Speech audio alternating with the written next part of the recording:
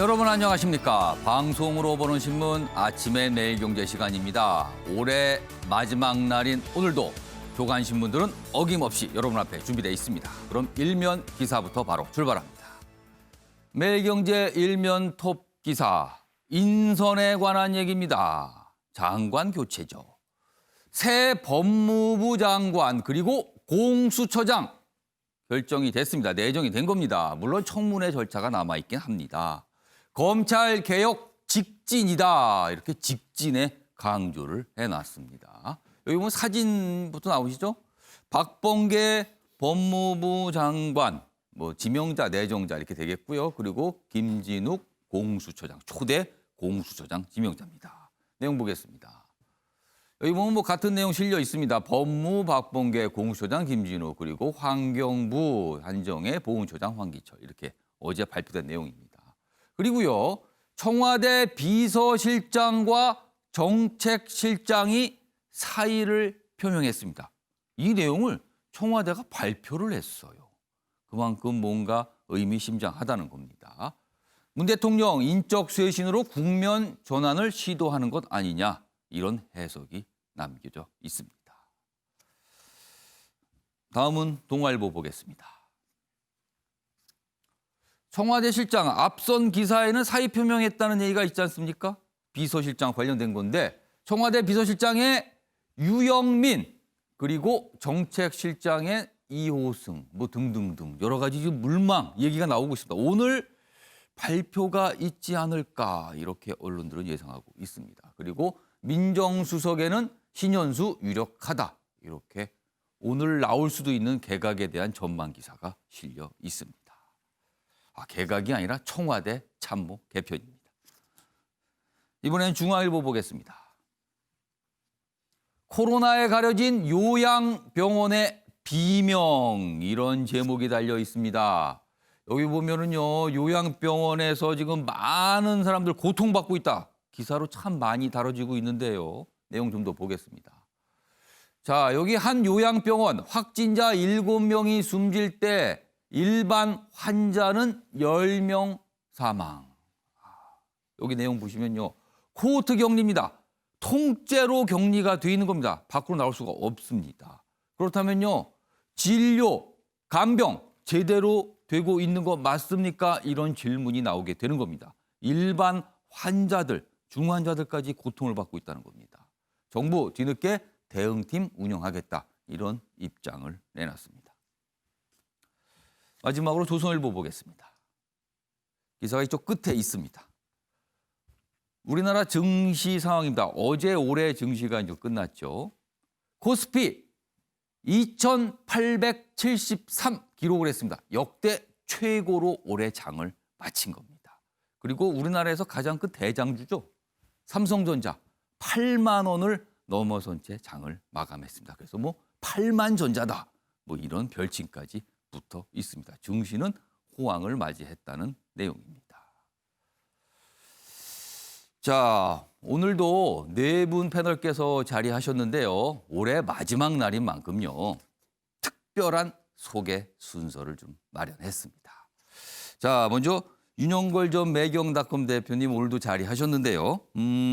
제가 패널분들에게 미리 좀 질문을 드렸습니다. 2020년 올해 한 해 본인들에겐 어떤 의미였는지 5글자로 좀 준비를 해달라고 했습니다. 그래서 이름표 위쪽에 쓰여져 있는데 지금 가려져 있거든요. 자, 그럼 윤영걸 전 대표님께서 직접 띄인 걸 좀 띄워주시면서 소개를 좀 해주시죠. 네. 반대편으로 띄시면 편합니다. 네. 나훈아처럼 네. 어떤 의미입니까? 올해 코로나 때문에 모두가 힘들고 예. 벅차고 참 고난의 한 해였습니다만은 저는 올해 10월에 예. 한가위 때 나훈아 공연 보고 거기서 새로운 좀 희망을 얻었습니다. 70대의 나이에도 젊은 사람처럼 이렇게 북치고 또 청바지 입고 런닝 입고 뛰는 모습, 노력하는 모습 그걸 보고 새로운 희망을 좀 얻었고요. 네. 가장 가수 나훈아한테 좀 한 거는 그의 말이죠. 네. 자기 주도적인 삶이라 그럴까요? 인생이 왜 시즌 1, 2, 3가 있다면은 시즌 1은 취업 결혼하기 전에 시즌 1이고 결혼해서 취업할 때까지 직장 다니는 게 예. 시즌 2고 퇴직하고 이제 그다음에 시즌 3인데 시즌 3를 제가 살아가는데 상당히 어떻게 보면 큰 교훈을 저한테 준 분 아니냐 예. 이런 생각이 들어요. 그런 얘기도 했잖아요. 이왕 가는 거 끌려가면 안 돼요. 예?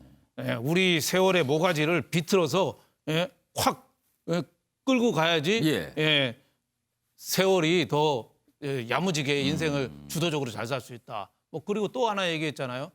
이 나라를 구한 거는 왕이나 대통령이 한 번도 책임지고 한 적이 없다. 이 나라를 구한 건 국민이다. 예. 이런 얘기한 거나 그 자기 주도적인 삶에 훈장도 거부하고 또 한때 삼성 이건희 회장이 노래 한 곡 하면 3천만 원 준다고 그랬는데 내가 거절했잖아요. 와서 공연 티켓 끊고 와서 봐라. 그런 좀 자부심, 예. 자기 주도적인 삶. 그래서 좀 많이 배웠다 이런 생각이 들고 또 포용력도 있잖아요. 예. 그 어메라는 노래 있잖아요. 어메라는 노래. 5.18 때 희생된 광주 이쪽에 어머니들을 위로하기 위해서 부산 사람이 나훈아가 노래를 만들었대요. 예. 그 포용력 이런 거에 저는 올해 참 큰 신선한 저는 한 해가 되었고요.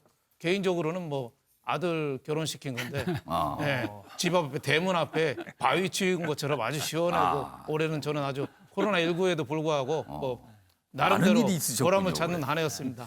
윤영걸 전 대표께서는 올해 한 해 본인을 설명할 수 있는 표현으로 나훈아처럼을 선택해 주셨습니다. 자, 그럼 현근택 전 민주당 법률위 부위원장께서는 올해 한 해 본인을 표현할 표현 소개해 주세요. 한 해가 가면 항상 느끼는 건데요. 예. 나를 돌아봐. 항상 나를 돌아봐. 후회 막심이죠, 항상. 뭔가 반성의 의미가 네. 좀 있는 것 같아요. 제가 한 10년째 바뀌지 않는 것 같아요. 매년 새해가 되면 해야 될 거 거의 꼽으면 운동 열심히 해야지. 그다음에 뭐 제가 이제 논문을 거의 못 쓰고 있는데 논문 써야지. 그다음에 책 많이 읽어야지. 논문은 무슨 뭐 논문을 어쨌든 쓰십니까? 뭐 수료하고 이제 아직 못 썼는데요. 그다음에 뭐 운동 열심히 해야지. 책 읽어야지. 예. 직장에서는 제가 조그마한 사무실 운영하니까 돈 많이 벌어서 월급 좀 많이 줬으면 좋겠다. 이런 생각하고 집에서도 좀 좋은 아빠 됐으면 좋겠다. 이게 어찌 보면 10년째 변하지 않는 저의 항상 새해 목표라서 지금 여러 번 말씀하신 해봤어요. 거를 다 제대로 안 지킨 것 같다 이런 그렇죠. 생각이신가요? 예. 여러 시도를 해봤어요. 막 달력에다 써보기도 하고 핸드폰에다 메모도 해보고 여러 시도를 해봤는데 매년 갈 때마다 느끼는 건데 제대로 안 되더라고요. 올해도 저는 거의 변함이 없는 것 같아서 예. 내년에도 이걸 똑같은 목표를 세워야 되나 이런 생각을 하게 되는데 역시 예. 할 것 같습니다. 이 말씀처럼 뭐 예.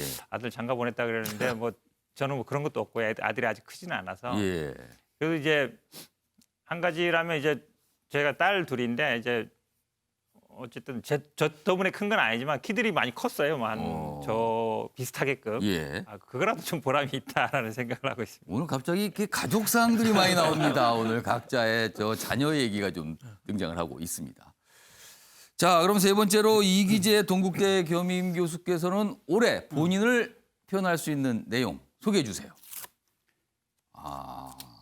멈춤과 희망. 멈춤과 의미심장한데요? 희망이라고 예. 했는데요.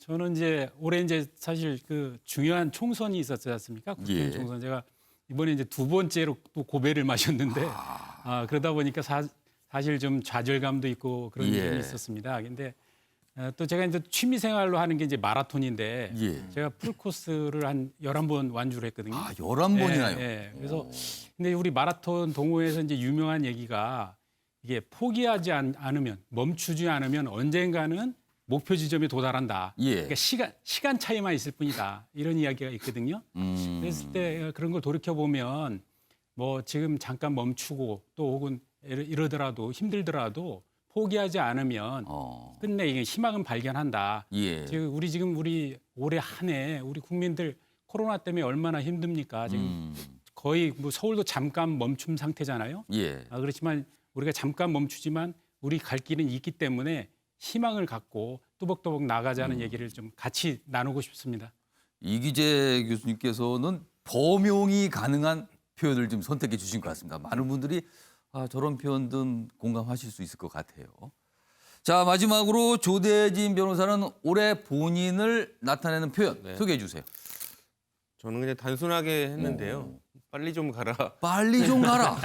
하면서 봐. 뭐 어디를 향해서 빨리 좀 가라고 하는 겁니까 지금? 시간이 좀 빨리 좀 지나갔으면 좋겠어요. 올해 한 해 빨리 네. 좀 가라. 어차피 오늘 하루 남았습니다 지금. 네, 예. 뭐 다른 분들도 많이 다 힘드셨겠지만 올해 유난히 코로나 때문에 많이 힘들고 그리고 또 이제 뭐 집에 계시는 분도 뭐 힘들었을 거고 예. 밖에서 일하시는 분들은 또 돈 버느라 또 힘들으셨을 거고 뭐 자영업자들 분들 또 뭐 변호사도 예외는 아닙니다만은 여러 가지로 많이들 힘들었을 테니까 조대진 변호사도 변호사로서 개인적으로 올해 좀 쉽지 않은 한 해였습니까? 쉽지 않은 한 해였습니다. 어쨌든 다들 좀 용기를 갖고 내년에는 조금 그 더 좋은 결과를 예. 맞이할 수 있도록 올해는 뭐 정계에서도 그렇고 정가에서도 그렇고 막 갈등들이 많지 않았습니까? 그러니까 이제 내년에는 갈등 없는 그리고 서로 이렇게 이해해주고 포용하는 그런 한 해가 빨리 왔으면 좋겠다는 마음에서 올해는 좀 빨리 좀 가라.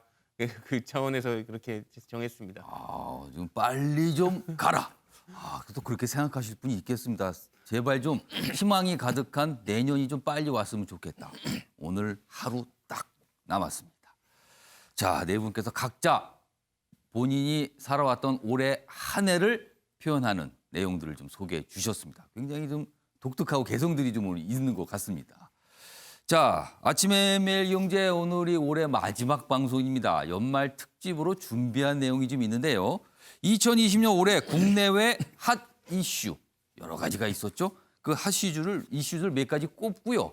그 내용을 또 단순하게 전달드리면 많은 분들께서 이거 뭐 다 아는 건데 왜 전달해 이런 얘기 또 하실까 봐 특별한 순서로 좀 마련했습니다. 바로 낱말 퍼즐입니다. 낱말 퍼즐. 6가지의 낱말을 좀 맞춰주셔야 되는데요. 먼저 그 화면을 좀 봐주실까요? 크로스월드입니다. 이렇게 보면은 글자들이 있는데 이거를 패널 분들께서 오늘 맞춰주셔야 됩니다. 어렵네. 그런데요, 힌트를 아주 친절하게 드릴 예정이거든요. 그렇기 때문에 뭐 맞추기는 조금만 고민하시면 맞출 수 있습니다. 그래서 지금 6가지 낱말이 들어가 있는데 이걸 하나씩 좀 진행해 볼 텐데요. 그런데 한 가지 좀 알려드릴 게 있어요, 패널분들께. 이 정답을 맞추실 때 좀 속도 저입니다. 빨리 맞추시는 경쟁을 하는 건데 본인이 맞추시겠다는 정답을 안다는 의사 표현을요, 뭐 정답 이런 거 안 됩니다. 이름표에 적으신 그 5개 글자 있지 않습니까? 본인을 오래 표현한 내용. 그거를 외쳐주시는 겁니다. 그래야지만 정답 기회를 드립니다. 그러면은 연습 한번 해보겠습니다. 먼저 윤영걸 전 대표님 외쳐주세요. 나훈아처럼. 네, 이렇게 하시면 됩니다. 자, 정근택 전 부위원장. 갑자기 예능된 것 같은데. 빨리 해주세요. 나를 돌아봐. 예, 그거를 심차게 외쳐주셔야 됩니다. 자, 이기재 교수님. 멈춤과 희망. 멈춤과 희망은 멈춤 이러면 딱 쉬울 것 같은데. 멈춤과 희망이 조금 뭔가 길어집니다. 네. 자, 조대진 변호사. 빨리 좀 가라. 이렇게 외쳐주신 분, 가장 먼저 외쳐주신 분에게 정답을 맞추실 수 있는 기회를 드리겠습니다. 자, 그럼 본격적으로 낱말 퀴즈 들어가 보겠습니다. 첫 번째 낱말 퀴즈 맞춰주셔야 할 내용은 바로 이겁니다. 여기 보시면 1번입니다. 여기 좀 작게 있었는데 확대가 됐어요. 글자 숫자도 좀 감안해 주시고요. 일단 요 내용인데요. 첫 번째라서 힌트를 조금 쉬운 걸 드리겠습니다. 요거는 화면에 힌트가 좀 나갑니다. 다음 화면입니다. 이 단어들과 연관이 돼 있습니다. 영국, 그리고 뭔가 1호, 4달러, 나를 돌아봐. 상호, 나를 돌아봐. 예. 아스트로제니카. 아스트라제네 글자 숫자는 맞는 것 같은데 과연 정답일지 보겠습니다. 보여주세요. 아스트라제네카 맞군요. 아스트라제네카. 뭐 커피 쿠폰이라도 하나 안 주나? 드리고 싶은데 날이 추워서 제대로 미처 준비를 못했습니다. 아스트라제네카 너무 좀 쉽게 맞추셨네요. 나머지 더 세 분도 아셨을 것 같은데. 네. 근데 좀 속도가 늦었거든요. 이 아스트라제네카 올해 참 많은 분들이 이 단어를 말씀하시고 뭐 생각하시고 그랬을 것 같아요. 그래서 이와 관련된 좀 기사가 오늘도 나와 있습니다. 그 내용 좀 보겠습니다. 영국 어제 아스트라제네카 긴급 사용 승인. 한국은 언제일까? 이렇게 해서 한국은 언제일까? 여기 보시면 영국에서는 일단 승인을 했어요. 그런데요. 조금 생각해 볼 지점이 남아 있습니다. 바로 이겁니다. 유럽연합은 판단 보류입니다. 영국은 승인했는데 유럽연합, 유럽 대륙 전체 사용하는 부분과 관련이 있잖아요. 당분간 화이자 독주가 이루어질 듯하다는 거고요. 그리고 미국에서도 이 아스트라제네카 3상 임상 못 끝내서 아직까지는 불투명하다는 거예요. 이런 상황에서 우리가 사실 제일 먼저 계약 체결한 곳이 이 아스트라제네카인데 그래서 우리는 언제일까 이렇게 질문이 나와 있습니다. 한국은 1,000만 명분 선구매 계약을 했죠. 유럽, 미국 앞서 승인하는 건 아무래도 부담이라서 좀 더 시간을 두고 기다려야 되는 거 아닌가 뭐 이런 여러 가지 얘기가 좀 있습니다. 이 얘기 좀 간단하게 좀 해보겠습니다. 윤영걸 전 대표님. 네. 우리가 가장 먼저 확보한 백신이 이 아스트라제네카인데 뭔가 승인 절차가 조금 늦어지고 있어요. 이게 좀 네. 고민입니다. 네, 아직 뭐 3상 임상을 다 못 끝내서 뭐 그런 점도 있고 예. 또 미국하고 EU에서 좀 견제하는 것도 좀 있다는 얘기가 좀 있어요. 아, 견제를 한다. 영국에 대해서 좀 견제하는 EU의 탈퇴 얘기가 그렇죠. 계속 나오고 있잖아요. 그러니까 예. 견제하는 거 아니냐 뭐 이런데 우리 입장에서는 빨리 좀 시작이 돼야 되는데 예. 그런 점에서 상당히 좀 안타까운 거 아니냐. 뭐 외국이 선진국이나 뭐 하다못해 이스라엘 같은 나라도 군까지 총 동원해서 지금 마치고 있잖아요. 예. 유일하게 이제 사회적 격리 다음에 할 수 있는 게 이 백신인데 이 백신에 대해서 우리가 너무 늦은 거 아니냐 이런 생각이 들어요. 또 어제 또 모더나가 우리 청와대 문재인 대통령하고 통화한 다음에 예. 청와대에서는 확정이 됐다고 발표했는데 예. 그쪽에서는 협의 중이다. 검토 약간 저기다. 분위기가 다른 설명을 해놨어요. 제한적으로 협의 중이다. 뭐 예. 이런 식으로 하니까 아 이거 진짜 들어오는 게 맞나? 이러니까 화이자 거도 그렇고 모두가 좀 불안한 가운데서 우리가 올 연말을 보내는 거 아니냐. 새해는 좀 새로운 좀 좋은 소식이 왔으면 합니다. 아스트라제네카. 아무튼 정부에서 이제 승인 관련해서 고민을 하겠죠. 일단 영국에서는 승인이 났는데 미국과 유럽연합에서는 아직 아니다. 뭐 이런 내용들이 지금 오늘 기사로 소개가 돼 있습니다. 자, 이번엔 두 번째 낱말 퀴즈 보겠습니다. 여기 보면 이제 아스트라제네카 이렇게 돼 있잖아요. 그러면은 여기서 아스트라제네에서 네가 끝글자가 되는 거예요. 그리고 이렇게 낱말 이어집니다. 이걸 맞춰주셔야 됩니다. 여기 보면은 글자가 네 개가 되고 네로 연결이 되는 어떤 표현이 있습니다. 이거를 좀 맞춰주셔야 되는데 이것만 보면 모르시겠죠. 그래서 힌트를 지금부터 드리겠습니다. 자, 힌트는요. 어떤 분이 하신 말씀인데 그 말씀 일단 저희가 영상으로 준비를 했습니다. 그 영상 보겠습니다. 고발이 된 것이 1월 달인데, 그죠? 네, 그렇습니다. 동부지검으로 고발이 됐습니다. 그죠? 네네. 동부지검장 가신 지 한 석 달도 채 안 된 것 같아요. 차관으로 바로 발령이 나셨습니다. 석 달은 넘었습니다. 석 달 넘었습니까? 네네. 1월 달에 가셔서 4월 달에 차관이 네네, 되셨죠? 맞습니다. 네. 아들 수사 건하고 관련이 있는 거 아닙니까? 차관으로 발령 난 게? 지금 인권국장이 잠깐만요. 잠깐. 우리 국회의원들이 질문 같은 질문을 하세요. 원투가 임마. 자, 지금 영상 나갔습니다. 영상 다 빨리 손을 좀 가라. 드시고 지금 이기재 교수께서 가장 먼저 드셨어요. 예. 자, 이거 보니까 영상만 보게 되면 굉장히 좀 쉬워 보였는데 네 분께서 아까 영상 나가는 동안 아 이거 아는데 하고 준비하셨는데 이기재 교수께서 가장 빨리 드셨습니다. 네, 정답 말씀해 주세요. 소설 쓰시네. 소설 쓰시네. 자, 그럼 정답 확인해서 보겠습니다. 보시죠. 소설 쓰시네. 맞습니다. 올해 한 해 굉장히 많은 분들이 기억하시죠? 소설 쓰시네. 그래서 이 발언 이후에 약간 뭐 여론도 좀 이렇게 분위기가 좀 달라지고 그렇게 호의적이지 않았다 이런 평가도 있었습니다. 그럼요. 요 정답과 관련된 영상도 따로 하나 준비했습니다. 확인해 보겠습니다.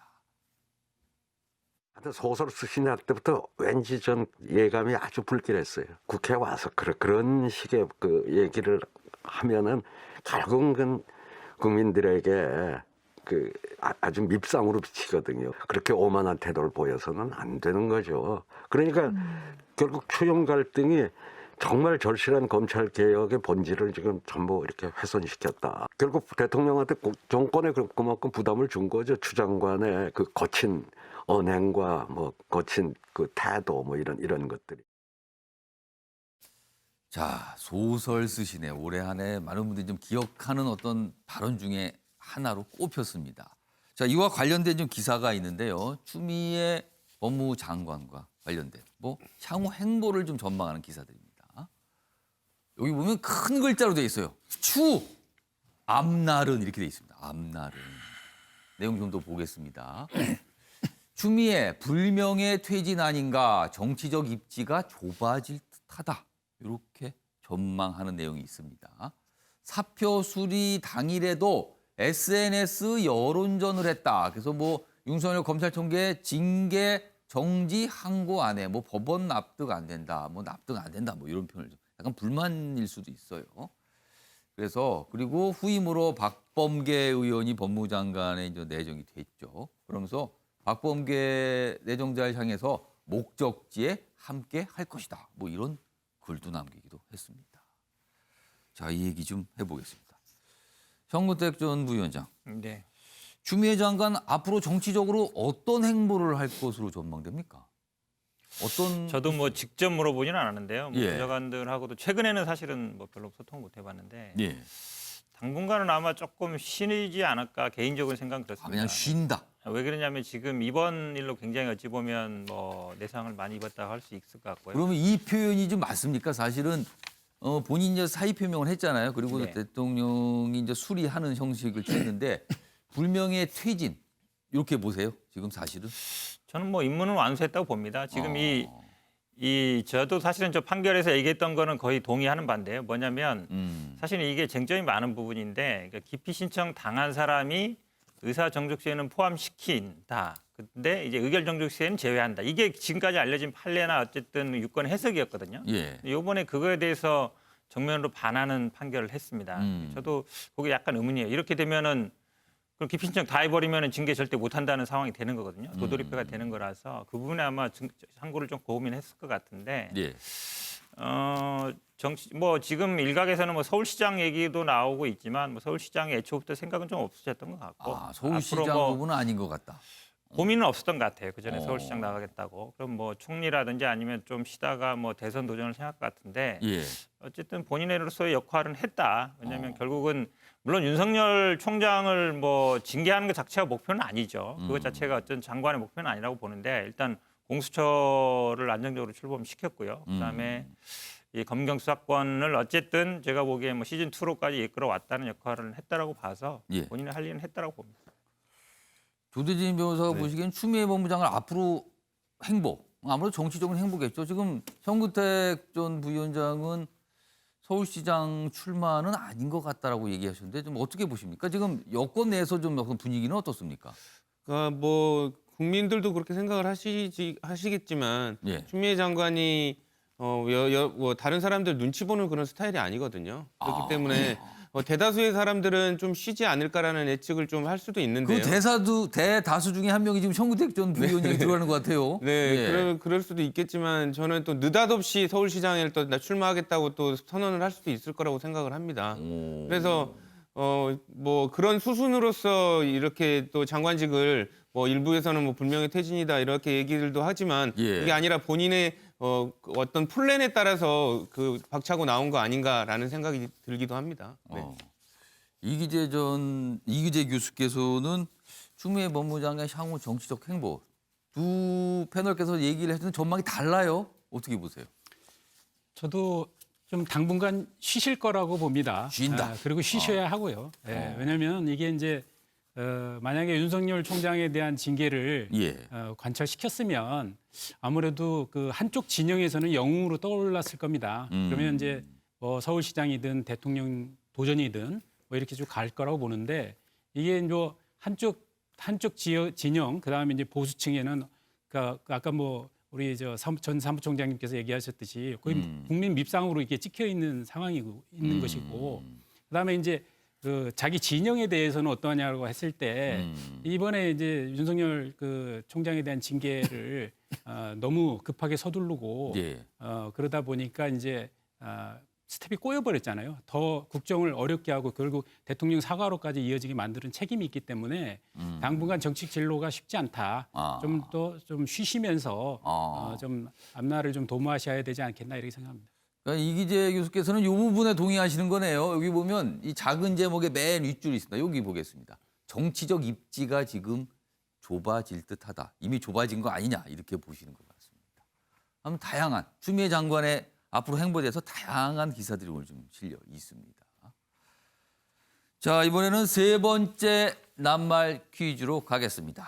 먼저 보겠습니다. 문제를 보겠습니다. 맨 위쪽에 있는데 여기는 그 소설 쓰신의 그 첫 글자 소와 연결이 돼 있습니다. 그러면은 나머지 글자가 앞에 4개, 뒤에가 하나가 있네요. 소, 이렇게 됩니다. 이게 지금요. 이것만 가지고는 뭐 맞추기가 어림이 없는데 그럼 먼저 힌트는요. 이 각각의 글자의 초성을 좀 보여드리겠습니다. 보여주세요. 이 뭐죠? 디귿, 히읗, 비읍, 비읍, 그리고 소, 시읒. 뭐죠 이게? 아시겠습니까? 이것만 보고? 어렵습니다. 어렵습니다. 자, 그래서 힌트를 하나 더 드리겠는데요. 이 힌트를 보시면 오늘 패널 분들 중에 일부가 등장을 또 하시는 내용이에요. 자, 그 영상 확인해 보겠습니다.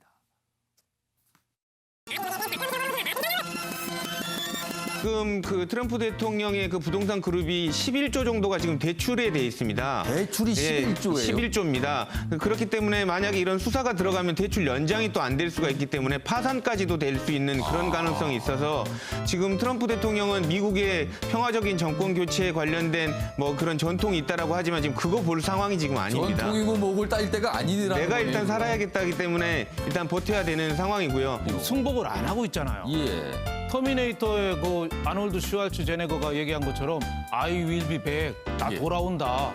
다음 대선에 출마할 수도 있다는 지금 시사하고 절대 나는 승복 안 한다고 하잖아요. 예. 바이든은 외국 정상하고 통화하면서 어메리카에서 100이라고 하죠. 둘 다 100을 써요. 돌아온다고.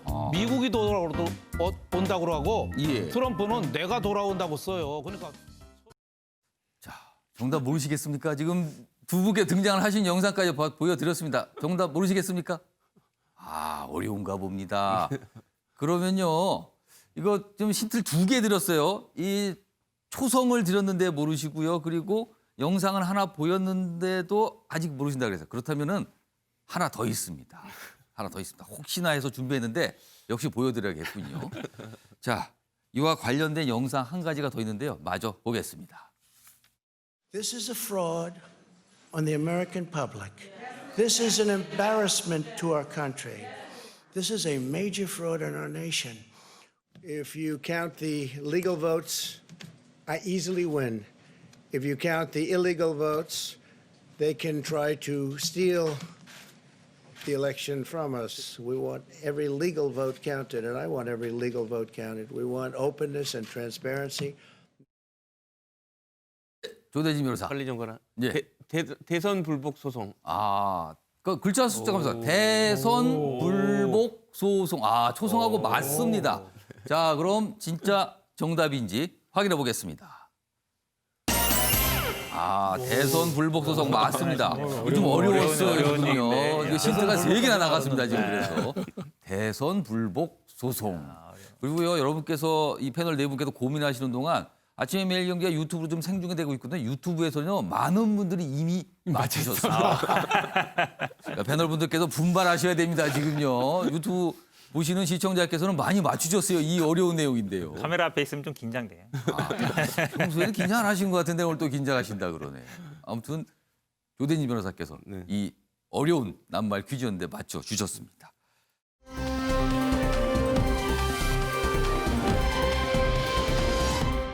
다음 문제 보여주세요. 자, 여기는 대가 가운데 하나 들어가 있습니다. 그리고요, 앞에 글자가 하나 있죠. 그다음에 뒤에 글자가 2개가 있습니다. 무슨 대, 무슨 이렇게 됩니다. 뭘까요? 이것만 봐도 모릅니다, 지금. 자, 그럼요, 이건 힌트를 역시 또 어려울 것 같아서 몇 가지 준비했는데 먼저 첫 번째 힌트는 화면으로 보겠습니다. 보여주세요. 이게 힌트입니다. 이거 숫자가 잔뜩 나왔죠? 이게 뭘까요? 48.1? 66.2? 뭐 이런 숫자가 나옵니다. 4가지 숫자가 있죠. 이게 뭔가 일관된 내용이 있습니다. 이 숫자들에. 자, 그럼 이것도 잘 감이 안 오시면 힌트가 한 번 더 있는데 역시 화면에 나옵니다. 뭐가 바뀝니다. 보세요. 자, 모르시겠습니까?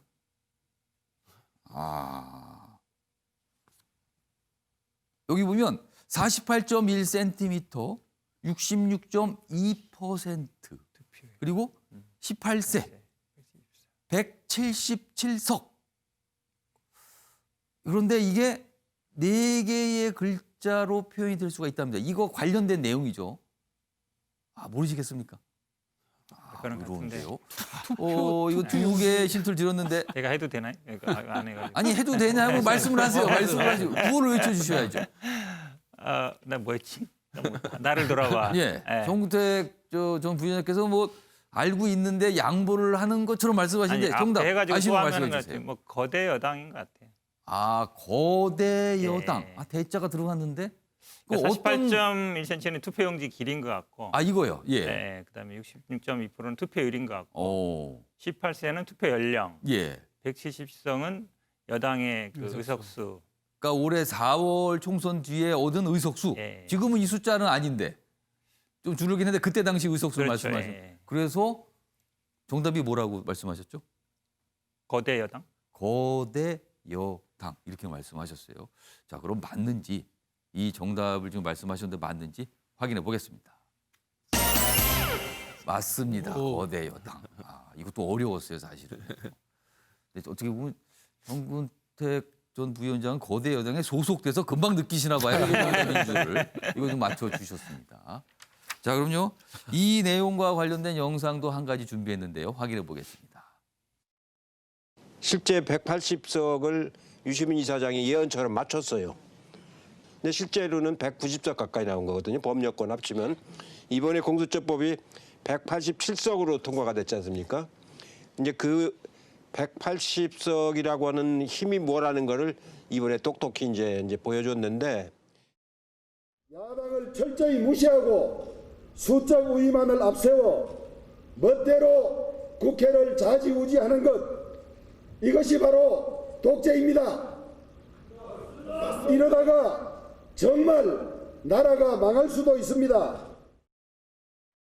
자, 올해 한 해 거대 여당 법안 처리 때 그 힘이 좀 나타났죠. 정근택 전 부위원장. 해가 내년으로 좀 바뀌었을 경우에도 올해와 같은 모습일까요? 아니면 뭔가 좀 다른 모습일까요? 어떻게 전망하세요?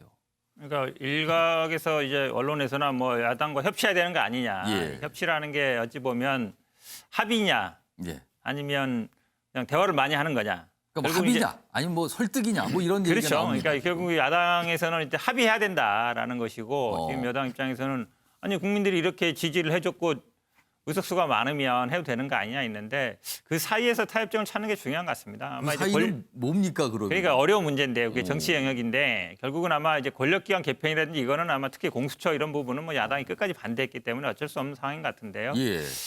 지금 근데 앞으로 할 것들은 아마 민생과 관련된 것들이 많을 것 같아요. 경제 문제라든지 지금 아마 중대기업처벌법도 그런 상황인 것 같은데 예.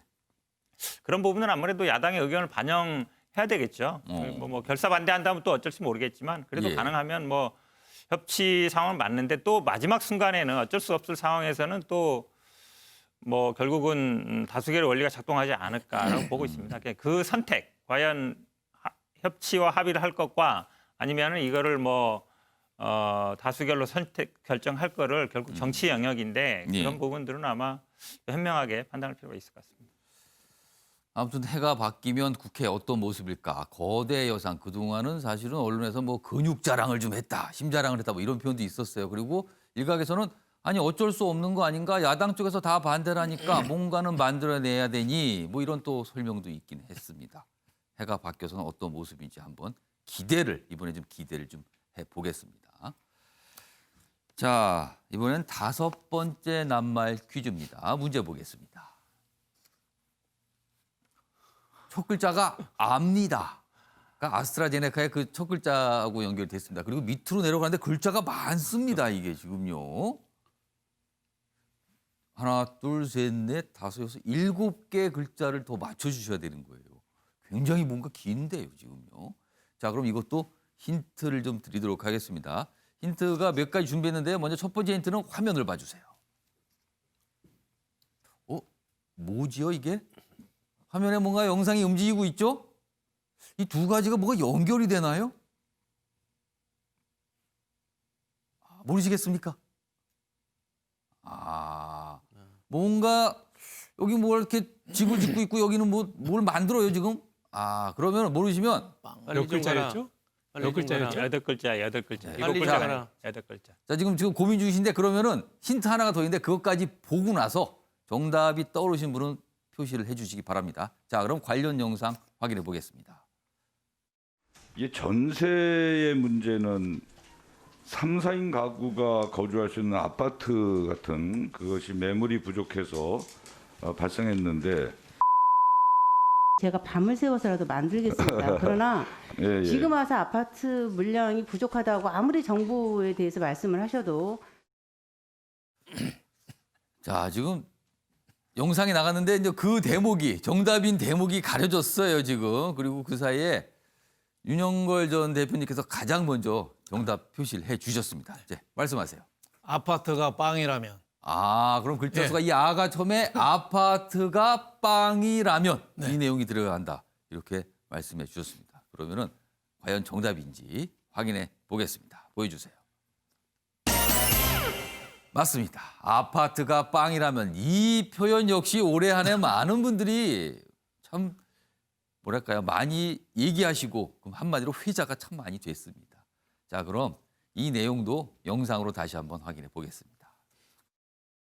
이 전세의 문제는 3, 4인 가구가 거주할 수 있는 아파트 같은 그것이 매물이 부족해서 발생했는데 아파트가 빵이라면 제가 밤을 새워서라도 만들겠습니다. 그러나 예. 지금 와서 아파트 물량이 부족하다고 아무리 정부에 대해서 말씀을 하셔도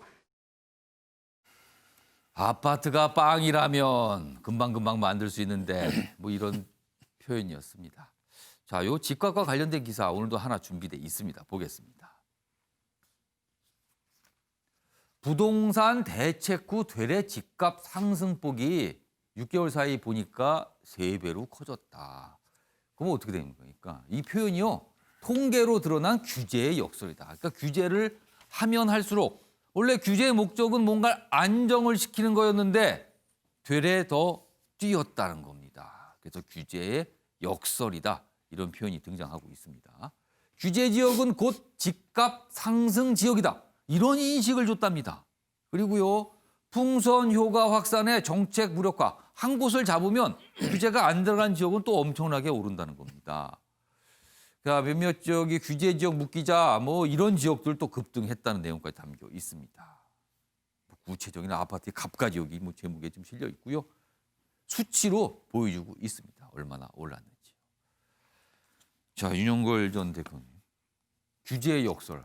이게 참 어려운 겁니다. 정책을 할 때 이거에 빠지면 정말 어려운 거거든요, 지금요. 그렇죠. 규제로 시장을 잡은 적은 없잖아요. 과거 노무현 대통령 때도 버블 세븐 지역 선언했더니 그 세븐 지역이 오히려 더 올랐잖아요. 그래서 이게 김현미 장관이 명언 중에 명언입니다. 아파트가 빵이라면 밤새워 빵을 만들 텐데 못 만든다 이거죠. 3년, 4년 걸리는 게 아파트잖아요. 예. 그거를 급하게 규제로 잡으려니까 이게 안 되는 거죠. 예, 프랑스 혁명 때 로베스피에르가 우유값 안정시켜서 가난한 사람에도 싸게 우유 준다고 그래서 그거 했다가 결국은 젖소업자들이 안 되고 예. 또 사료업자들이 또 안 되니까 나중에 그 다 도산해가지고 소고기 값만 폭락하고 젖소 도축하고 해서 우유값이 10배로 올랐다잖아요. 지금도 우리 로베스피에르가 갔던 길을 잘못하는 거 아니냐. 그래서 저는 변창흠 지금 국토부 장관이 예. 아마 내년에 부동산 전문가들이 더 오른다고 다들 보거든요. 예. 예. 내년 서울시 공급이 올해의 절반이에요. 내후년은 또 내년에 또 절반이에요. 예. 그러니까 오른다고 보는데 아마 처음에는 공급 대책을 좀 내놨다가 또 급하면 또 임기응변으로 또 규제 시장에 역행하는 또 대책을 내놔서 시장을 또 망가뜨리지 않느냐 예. 이런 걱정이 좀 많이 돼요. 그래서 어느 정도 시장에 좀 이 완충작용을 하는 예. 그 인내력, 시장의 힘을 믿고 좀 시장을 기반으로 해서 거기다가 규제를 붙이는 이걸 기조 변화를 좀 해야 되는 거 아닌가 예. 이런 생각이 들어요. 무슨 구정 전에 뭐 부동산 대책 내놨다는데 예. 그러려면 연구기관도 좀 찾아가 보고 시내에 부동산 업소 있잖아요. 그분들 평생을 다뤄서 빠꾸미들이거든요. 뭐가 필요한지 좀 예. 얘기도 좀 충분히 듣고 해야지 아. 주거 복지 차원에서 예. 임대 뭐 이런 쪽에 대한 그 어떻게 보면 급하게 한다고 해서 예. 시장이 되는 건 아니다. 저는 이런 생각이 듭니다. 지금 표현 중에 빠꿈이라는 표현을 쓰셨는데 저 방송에 적합해서 제가 전문가급 식견을 갖고 있다. 이렇게 좀 순화 좀 시키겠습니다. 아, 제가 빠꿈이라고 했습니까? 예. 아주 전문가입니다. 자연스럽게 나왔습니다, 지금요. 예. 자, 이기재 교수께서 하실 말씀이 있다고 표지해 주셨는데. 그 제가 규제 역설 관련해서 지금 뭐 좋은 말씀하셨는데 결국 규제는 이제 시장을 누르는 건데 제가 이제 한 가지만 대표적으로 말씀드리면은 지금 이제 공급 대책 지금 많이 얘기하잖아요. 근데 이 재건축 아파트를 못하게 규제를 하고 있지 않습니까? 그게 예. 대표적인 게 정밀 안전 진단이라는 게 있어요. 이게 정밀 안전 진단에 D등급 이상을 받아야 이제 재건축이 이제 시작이 되는데 예. 이게 원래 정밀 안전 진단이라는 것 자체는 그 아파트가 예를 들어서 아 이게 구조적으로 위험하다 안 위험하다 그래서 어떻게 보면 주민의 안전을 위해서 이게 도입된 제도인데 그 안전과 어떻게 보면 기술적 측면에 대한 그렇죠. 분석이에요. 근데 지금 그거는 지금 현재는 그게 재건축을 승인하냐 아니냐로 변질되어 가는 거죠. 그래서 그게서 이제 퍼센트를 나누고 이번에 이제 문재인 정부에서 또 구조 안전성에 대한 점수를 대폭 또 올렸어요. 그래서 예를 들어서 20%에서 50%로 올렸거든요. 예. 그럼 결국은 현재 아파트가 콘크리트 구조물만 단단하면 재건축을 못하게 막아놓은 거예요. 예. 근데 주거라는 거는 그 안에 예를 들어서 문화시설도 있고 예. 삶을 영위하는 수많은 그 것들이 포함되어 있는 요소들이 있잖아요. 이게 콘크리트만 튼튼하다고 해서 집을 40년, 50년, 60년 살아라 예. 이걸 정부가 규제하는 거는 온당치 않거든요. 그러니까 결국 이제 규제를 하다 보면 그 규제가 역설이 돼서 오히려 주민의 삶을 주거의 질을 떨어뜨리고 또 나아가서 이게 공급을 막아내면서 결국 예. 시장에 집값을 상승시키는 이런 효과가 온다는 거죠. 예. 자, 지금 변창흠 국토부 장관 얼마 전에 취임을 했죠. 뭐 공급 정책 강화하겠다는 얘기가 있는데 좀 많은 전문가들이 하시는 말씀 중에 하나가 주택의 숫자를 늘리는 부분도 필요하다. 그러나 그와 못지않게 그 늘어난 주택의 질이 높은가? 기존의 주택, 남아있는 주택의 질이 여전히 높은가? 이 부분도 좀 고민해달라. 이런 요구가 좀 있습니다. 자, 이번에는 마지막 낱말 퀴즈로 가보도록 하겠습니다. 다음 화면 보겠습니다. 역시 글자 숫자가 좀 많아요. 여기는 트자가 끝에 걸려 있습니다. 트. 그러면은 앞에 5글자가 있고 트. 이렇게 돼 있습니다. 트럼프 대통령은 아니겠네요. 빨리 좀 5글자가 트럼프니까요. 아니, 시작도 전에 좀 맞추셨습니다. 근데 요거 혹시 떠올리시는 분데 요거 좀 조건이 좀 있어요, 이거는요. 그래야 정답 인정하는데 사실 힌트를 하나 드리는데 이거는 노래 제목입니다. 빨리 좀 가라. 그런데 문제는 정답을 맞추실 때 이 노래 한 소절을 부르셔야 돼요. 부르셔야 정답으로 인정을 합니다. 왜냐하면 이건 좀 쉬워 보이거든요. 그래서 조건을 달았습니다. 정답을 말씀하시고 그 노래의 어느 구절도 좋습니다. 한 소절을 딱 부르셔야 됩니다. 자, 두대진 변호사 한 소절 기억나십니까? 양보하겠습니다. 아, 이거 어렵습니다. 그러니까 그 한 소절 지금 빨리 떠올리셔야 됩니다. 그러면은 그 떠올릴 시간을 드리기 위해서 힌트 준비했는데 먼저 영상을 한 가지 확인해 보겠습니다. 보시죠.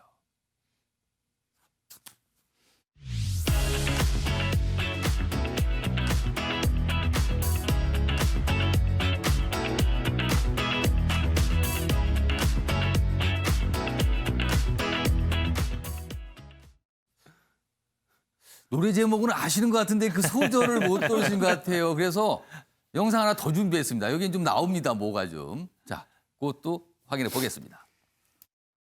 You know I glow up. Hey, so let's go. Hey, you say in this destiny. So much me bring the fire, set the night light. Hey, shining through the city with a little pumpkin soul. Light it up like dynamite. 자, 지금 가사가 나왔는데요. 지금 아무도 지금 손을 들어주지 않으셨어요. 지금 전혀 이해를 못 하시는 것 같아요. 가사 내용 자체를 다시 한번 반복하기가 어려우신 것 같은데. 조대진 변호사 모르시겠어요, 가사? 뭐, 뭐 말하면 괜히 그 실력 탄로날 것 같아서 예. 그냥 뭐 함구하겠습니다. 아, 근데 양보를 했는데 아무도 지금 그 양보를 받질 않고 계세요, 지금요. 그러면은 일단 조대진 변호사가 제목을 아신다고 했으니까 정답으로 그 내용부터 좀 네. 확인해 보겠습니다. 말씀해 주세요. 다이너마이트. 다이너마이트. 네. 자, 정답인지 확인해 보겠습니다. 다이너마이트. 가사가 영어로 된 가사예요, 사실은요. 그래서 약간 귀에 쉽게 들리지는 않는데 그러면은 요 정답 내용이 들어간 그 내용 한 대목부터 확인해 보도록 하겠습니다.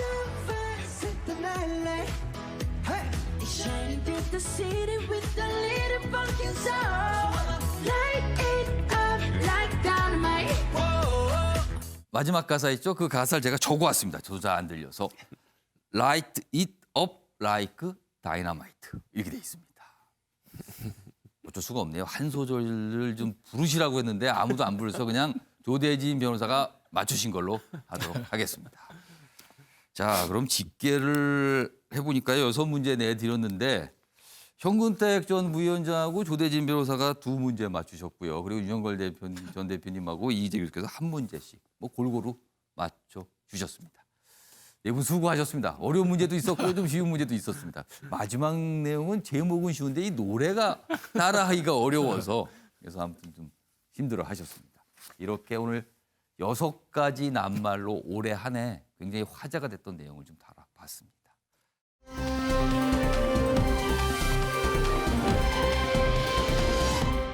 자, 그럼 아침의 매일경제 원래 모습으로 좀 돌아가 보겠습니다. 오늘도 이슈들이 몇 가지 있고요. 기사도 몇 가지 준비되어 있습니다. 먼저 첫 번째 기사입니다.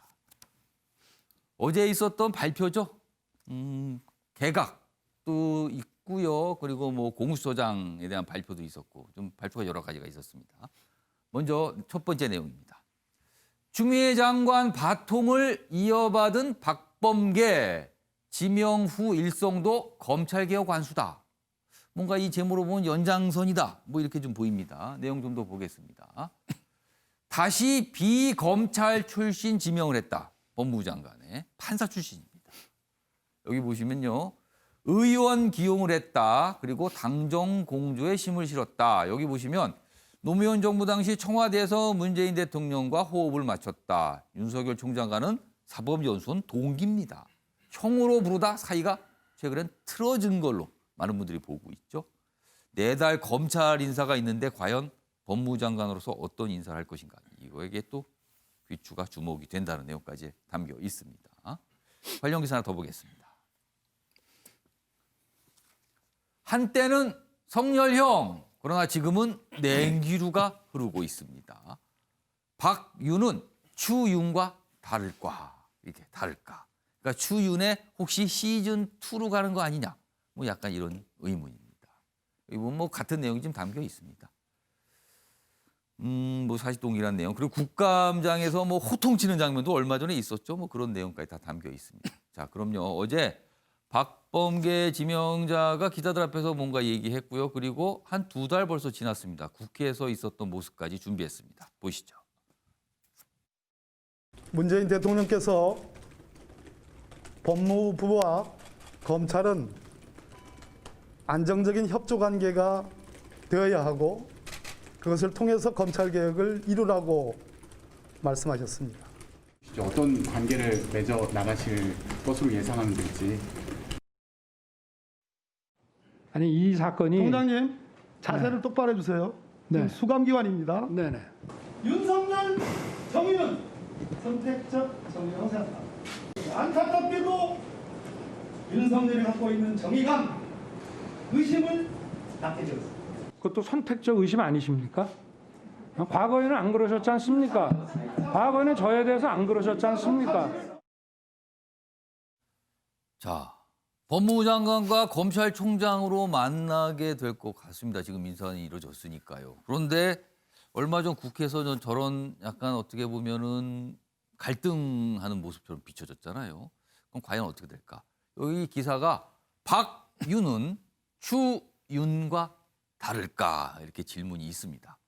윤영걸 전 대표님, 이 질문에 대해서 어떻게 생각하십니까? 어떤 해답을 내놓으시겠습니까? 같지만 다르다 저는 이렇게 생각합니다. 같지만 다르다. 예, 기조는 같다 이거죠. 예. 강성 친문 아닙니까? 예. 박 후보자가. 예. 그리고 그동안에 검찰 개혁을 많이 주장해 왔잖아요. 그래서 저는 비슷한 기조는 아마 문 대통령이 후보자를 임명한 것도 그동안에 주장했던 검찰 개혁을 지속적으로 추진하라는 기조는 저는 같다고 봐요. 하지만은 추미애 장관이 했던 기조, 그거 좀 검찰 개혁 이코로 윤석열 찍어내기처럼 이렇게 된 측면이 좀 있잖아요. 그런 면은 조금 보완해야 되지 않겠느냐. 예, 그리고 또 왜 바둑에서도 묘수 3번이면 진다는 얘기 있잖아요. 예. 검찰에 4번에 걸쳐서 왜 그 좀 편향된 인사 그리고 3번 지휘권 발동 또 법원에서 제동이 걸린 검찰총장 징계 묘수 3번에다가 진 거잖아요. 그래서 아마 박범계 후보가 처음 일성으로 얘기한 게 법무부와 검찰 간의 안정적인 협력 관계. 예. 뭐 그래서 아마 싸우긴 싸워도 예전처럼 저렇게 싸우지는 않을 것 같다. 좀 이런 생각이 좀 들어요. 하지만은 그 한때는 호위무사였다가 지금 어떻게 보면 저격수로 바뀐 꼴이 됐잖아요. 예. 한때는 성렬이 형 사표 내지 말고 끝까지 버텨줘. 옛날 국정원 대권 사건 때 댓글 사건 때는 이번에는 오히려 그 선택적 정의 아니냐. 하니까 그 윤석열 검찰총장이 얘기했잖아요. 선택적 의심하지 마라. 원래 아는 사람끼리 싸우면 더 싸우거든요. 둘이 사시 동기지, 사법연수원 동기지. 예. 또 충청도 대전권에 또 그 아버지 윤석열 총장은 아버지가 공주, 그렇죠. 연고가 그쪽이니까. 대전 옆에고 박범계 저분도 충북 영동이지만 예. 그 대전이 지역구고 대전에서도 대학을 하고 그 한밭대학에서 또 편입해서 공부도 하고 그럴 정도로 같은 지역이에요. 그리고 또 같은 잘 아니까 잘 아는 사람끼리 모르는 사람보다 싸우면 더 세게 싸우죠. 그래서 검찰 개혁 이코르 윤석열 찍어내기냐 아니냐 그거에 대해서 아마 국민들의 판단을 할 테고 예. 또 검찰 개혁 공수처도 나오고 다 했는데 검찰이 이제 수사권 기소권 또 분리해서 수사권을 없앤다는 것도 추진하잖아요. 예. 또 그거에 대한 또 추진력 여기에 대해서 아마 평가가 상당히 달라지지 않겠느냐 이런 생각이 듭니다. 자, 조대진 변호사. 네. 1월, 내년 1월에 검찰 인사가 예정돼 있습니다. 네. 그리고 청문회를 이제 마치고 박범계 지명자가 이제 장관에 취임하게 된다면 검찰 인사를 하게 되잖아요. 이 검찰 인사가 어떻게 보면 또 다른 1라운드가 될 것이다. 지금 뭐 어떻게 예상하십니까? 그 인사에 대해서는. 저는 그 생각보다는 그 제가 아는 뭐 박범계 의원은 법무부 장관은 예. 생각보다는 좀 말랑말랑하신 분이라고 저는 생각을 하거든요. 유연하다. 예, 유연하신 분이기 때문에 지금까지 우리가 바라봤던 추미애 장관의 스타일, 뭐 본인이 생각을 하는 바대로 그대로 밀고 가는 그런 스타일, 뭐 그런 모습도 있기는 하지만 그래도 전체적인 기조는 맞춰가되 솜통은 좀 틔워주는, 그러니까 아예 일방적으로 코너로 몰지는 않을 것 같습니다. 검찰 조직이 어느 정도 관련돼서 뭐 이렇게 조금 개혁해야 될 부분은 예. 있지만 이런 부분들에 있어서 약간 뭐 이렇게 항명 수준의 이런 소리까지는 나오지 않을 정도로 좀 다독이면서 가지 않을까 그런 생각이 검찰 듭니다. 인사를 하기 전에 윤석열 총장의 의견을 좀 많이 듣는 과정이 있을 수 있다. 네, 그래서 윤석열 총장이 어떻게 보면 이렇게 대놓고 반발하지 못할 그림을 그려놓고 결국에는 원하는 전체적인 그림으로 끌고 나가는 이런 모습으로 이렇게 만들어가지 않을까 그렇게 생각이 듭니다. 아무튼 새로운 뭐 시즌 2인가 아니면 이번에 완전 달라진 모습으로 갈 것인가 뭐 여러 가지 전망이 좀 있습니다.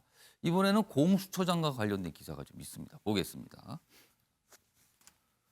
초대 공수처장의 판사 출신 김진욱 헌재 선임 연구관입니다. 판사 출신이 지명이 됐죠. 수사 칼날 윤석열 겨눌까 그렇습니다. 그러니까 이른바 공수처 1호 수사 대상이 혹시 윤 총장 뭐 이런 겁니다. 정치권에서 이런 얘기가 계속 얘기가 나오고 있는 상황이거든요. 자, 그럼요. 이와 관련돼서 영상도 하나 준비했는데요. 먼저 확인해 보겠습니다. 공수처 출범에 대한 그 국민 여러분의 기대 그리고 또 걱정 잘 알고 있습니다. 인사청문회 준비 최선을 다해서 하겠습니다. 자, 현근택 정비위원장. 네. 공수처 수사 1호 대상 윤석열 검찰총장이 될 수 있다. 이런 얘기 참 그동안 많이 나왔는데 이거 네네. 어떻게 보세요? 저는 이렇게 보는 시각 자체가 잘못됐다고 봐요. 잘못됐다. 예, 왜 그러냐면 공수처가 윤석열 총장을 견제하기 위해서 만든 조직이 결게 아니에요.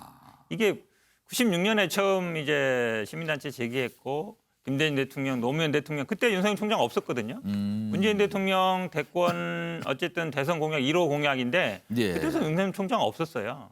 그래도 만들려고 했던 겁니다. 근데 이게 마치 이제 시기적으로 윤석열 총장하고 같이 엮이다 보니까 그런 것 같은데 예. 저는 그래서 지금 윤석열 총장이 하고 있는 수사, 예를 들어서 뭐 원전 수사라든지 울산 뭐 시장 선거라든지 그런 걸 갖고 온다든지 아니면 뭐 윤석열 총장이 대상이 되고 있는 부인의 뭐 주가 조작이라든지 아니면 뭐 그 측근 윤우진 그 윤대진 형이죠. 형 부세청장 사건 아마 경찰이 아마 좀 이렇게 많이 관심을 가질 것 같은데 예. 전시회 스포 문제도 있고. 근데 그런 걸 뭐 다시 갖고 와서 한다. 그렇게 자꾸 언론에서 보도하는 것 자체가 저는 오히려 좀 공수처의 독립성이라든지 그런 걸 좀 침해하는 게 아닌가. 저는 뭐 공수처하고 윤석열 총장은 직접 관계는 없는 문제다라고 보고 있습니다. 그러니까 이런 얘기가 나오지만 이거는 좀 뭔가 방향을 잘못 잡은 것이다. 이렇게 좀 분석을 해 주셨습니다. 자, 이기재 교수님. 공수처장도 청문회를 좀 해야 됩니다. 그럼 아무래도 야권 중심으로 뭔가 좀 문제 제기나 이런 게 좀 있을 것 같은데 좀 어떤 게 쟁점이 될 것 같습니까? 그러니까 청문회는 어쨌든 능력과 이게 자질 검증을 하는 곳인데, 근데 이제 보면 이제 그 우리 김진욱 후보자 같은 경우는 사실 능력 검증을 할 만하게 뭐가 이렇게 그 공개되거나 알려진 인물이 아니다 보니까 사실 애를 좀 먹고 있는 것 같아요. 일단 뭐 1998년에 조폐공사 그 시위 뒤에서 이제 배후 조정했다고 해서 검사가 문제가 생겨서 이걸 특검했던 거기 수사관으로 좀 잠깐 참여했던 거 아주 오래 수사 경험이 좀 짧다. 예, 너무 짧고 판사 경력도 3년밖에 안 되니까 뭐 판결을 내린 걸 가지고 이 사람의 어떤 공수처장으로서의 어떤 정치적 중립성과 독립성의 부분을 검증해야 될 텐데 그런 부분도 자료가 적고 그러다 보니까 약간 좀 현실적인 문제로 돌아와서 예를 들어 월성 원정인에 대해서 어떻게 생각하느냐. 현안에 대한 또 현안에 대한 질의할 수가 질의로 있다는 갈 거네요. 가능성이 굉장히 높겠죠. 그래서 그런 검증하고 그다음에 이제 뭐 어쨌든 도덕성 검증으로 지금 뭐 전세가 문제가 얘기되고 있는데 현재 그거는 좀 약간 좀 현재 나와 있는 거로는 뭐 별로 이렇게 큰 문제가 될 것 같지 않아요. 왜냐하면 저 대치동에 12억 5천 정도의 전세를 살고 있다는 건데 사실 헌재에서 국비 유학으로 이제 유학을 떠나면서 집을 팔고 갔다 왔기 때문에 오히려 집값이 하늘같이 올라서 결국 집을 못 들어가서 이제 전세를 간 케이스 아닙니까? 그러니까 무주택자다 이렇게 소개가 되면서 나왔거든요. 그거를 이제 무주택자라고 해서 무슨 뭐 그 어떤 자격이 된다라고 얘기를 하는 거에 대해서 이제 좀 가십거리가 되고 있는 것일 뿐 그게 큰 문제는 현재 나와 있는 거로는 그러나 이제 어쨌든 청문회 관련해서 지금 야당 의원들이 이제 벼르고 단단히 벼르고 있기 때문에 뭐라도 이제 찾아내려고 지금 뭐 모든 의원실에서 불을 밝히고 있습니다. 그러니까 수사 경험이 좀 부족하다 이런 부분에 대한 야당의 문제 제기가 있을 수 있다 뭐 이런 내용들이 좀 언론에 좀 소개돼 있습니다. 자, 오늘 아침에 매일경제 유튜브로도 생중계되고 있습니다. 그리고 많은 분들이 유튜브를 통해서 보시고요. 댓글을 좀 올려주셨는데 올해 한 해를 지나온 그런 소감들을 좀 남기셨습니다. 먼저 첫 번째 댓글은 이렇게 돼 있습니다. 10년이 하루 같았던 시절도 올해는 하루가 여삼주. 약간 좀 운율도 맞추셨는데 여러 가지 감을 좀 적으셨어요. 그리고요. 올해 한 해 국민들만 혼란스럽고 살기가 힘들고 집 사는 것은 먼 나라의 일이다. 이렇게 한탄해 주셨습니다. 그리고요. 새해 복 많이 받으세요. 힘들었던 한 해 잘 견뎌줘서 고맙고 내년엔 더 발전하고 거듭나길 덕담을 적어주셨습니다. 자, 그리고 마지막 댓글은요. 패널분들은 예능도 잘 하셔야 되겠어요. 오늘 아침은 웃음이 있는 아침 신문 읽기였습니다. 파이팅. 패널분들에게 격려를 좀 해주셨습니다. 자, 댓글 올려주신 시청자 여러분께 감사 말씀 드리겠습니다. 다음 주제로 가보겠습니다. 어제요. 사실 청와대가 이례적으로 3번의 브리핑을 했습니다. 다음 기사입니다. 청와대 이례적으로 하루 3차례 인사 관련 브리핑을 했다. 그만큼 5년차 급속 개편. 그리고 한편으로는 뭔가 위기감을 느끼는 거 아니냐 이런 분석입니다. 레임덕 막으려는 의지 반영했다. 정책실장, 그다음에 오늘 청와대 참모들에 대한 여러 가지 물망들이 나오고 있거든요. 좀 언론들은 오늘 나올 것으로 보고 있는데 과연 어떤 발표가 있을지 좀 기다려 보도록 하겠습니다. 관련 내용도 있습니다. 다음입니다. 노영민, 김상조는 백신, 김종호 민정수석은 윤석열 징계 무산 책임지는 거 아니냐 이렇게 또 분석이 돼 있습니다. 청와대 보좌진 3명 동시에 사의 표명. 특히요 사의 표명을 했다고 청와대가 브리핑을 했어요. 이 내용을요. 자 그럼요 그 관련 영상도 준비돼 있습니다. 확인해 보겠습니다. 오늘 청와대 참모진의 사의 표명이 있었습니다. 노영민 비서실장과 김상조 정책실장, 김종호 민정수석은 오늘 문재인 대통령에게 국정 운영 부담을 덜어드리고 국정 일신의 계기로 삼아주기를 바라는 의미에서 사의를 표명했습니다. 국가적으로 어려운 시기에 대통령께서 백지 위에서 국정 운영을 구상할 수 있도록 물러나겠다는 뜻을 밝힌 것입니다. 저 정도 사의 표명을 했다고 브리핑할 정도면은 사의가 이제 받아들여지는 것 같고요. 그리고 오늘 뭔가 나올 것 같습니다. 윤용걸 전 대표님, 예. 대통령에게 부담이 되는 걸 막으려는 걸까요? 어떻게 해석하십니까? 뭐 저는 뭐 그렇게 봅니다. 예. 예, 사표를 받으면서 교체를 하면서 예. 그래도 있던 사람에 대한 예우 뭐 이런 차원에서 바로 후임자를 임명 안 하고 약간의 시간을 두는 거 아니냐. 뭐 추미애 장관 할 때도 몇 명 같이 임명했잖아요. 예. 그래서 이번에도 뭐 그런 뜻이 있는 것 같은데 어제 하루만 해도 공수처장 임명하고 또 법무부 장관하고 환경청장, 보훈처장 임명하고 예. 또 청와대 사의 발표하고 3번이나 했어요. 좀 청와대가 좀 당황한 거 아니냐. 지금 여론이라든지 백신이라든지 부동산 문제, 또 그 갈등 뭐 이것 때문에 그 당황한 거 아니냐 하는데 저는 한마디만 해드리고 싶은 거는 연내 빨리 좀 끝내야 되는데 네. 너무 좀 질질 끄는 거 아니냐.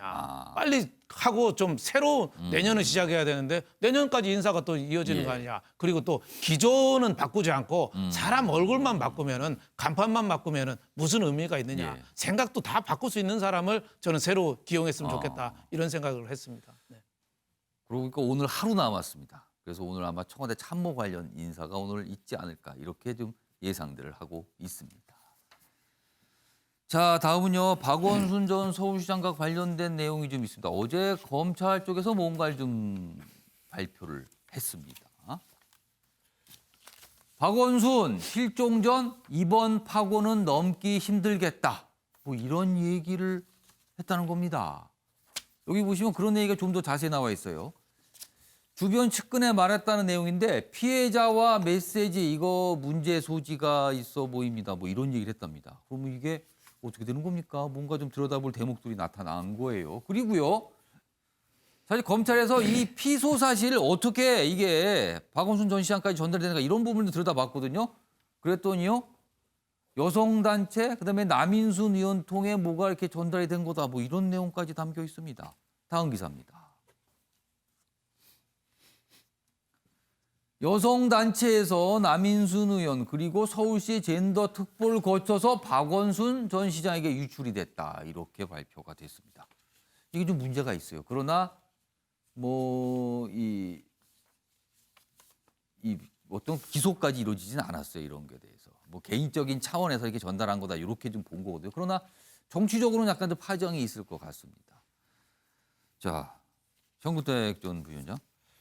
지금 검찰로 갔잖아요. 네. 경찰에서 사건 송치했는데 검찰은 요 유출 부분만 따로 이 조사를 했는데 그래서 몇 가지 내용이 좀 나온 겁니다. 그럼 이거와 합해져서 검찰 쪽에서 뭔가 더 수사를 할 거 아닙니까? 그럼 앞으로 이 수사는 어떻게 진행되는 겁니까?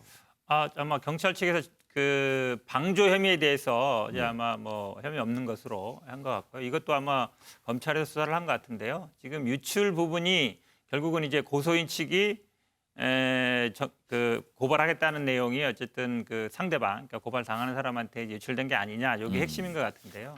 아마 검찰에서 지금 보기에는 2가지 혐의를 잡았던 것 같은데 이제 공무상 비밀 누설이냐, 그다음에 성폭력법상의 어떤 비밀 누설, 둘 다 공무상 아니면은 수사기관에 있던 사람들이 해야 되거든요. 근데 예를 들어서 고발하겠다 그랬는데 경찰에서 유출했거나 이랬으면 사실은 이게 법적으로 문제가 되는데 지금 아마 이게 개인적으로 이렇게 알려졌다는 거라서 예. 뭐 법적으로 문제 삼기는 어려운 것 같습니다. 근데 어. 이제 과연 그게 올바르냐, 아, 적절하냐, 적정하지 않냐, 부당하냐 이런 부분은 이제 남는 것 같은데 그런 부분들은 아마 이게 종결되면은 뭐 어떤 식으로든지 표현이 될 것 같긴 합니다만, 근데 이런 일들이 사실은 어찌 보면 조금 이게 법률적 판단을 받을 일인가가 좀 애매한 부분이 있어요. 사실 현행법에는 걸리지는 않는데 또 적절한가 이 부분에 대해서는 좀 고민이 있을 것 같습니다. 자, 이기재 교수님 시간이 한 20여초밖에 안 남았는데 이거 어떻게 보세요? 이 상황 지금.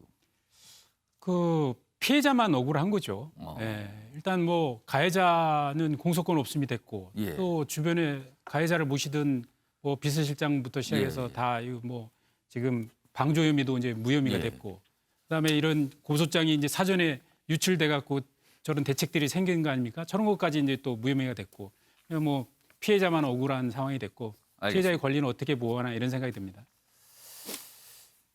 자, 올해만큼 처음 경험해보는 일이 많았던 해도 없었던 것 같습니다. 매일 아침 그 소식을 전해드렸던 아침의 매일경제. 지난 1년간 함께해 주신 여러분께 깊이 감사드리겠습니다. 저는 2021년 새해 첫날인 내일 아침에 다시 찾아뵙겠습니다.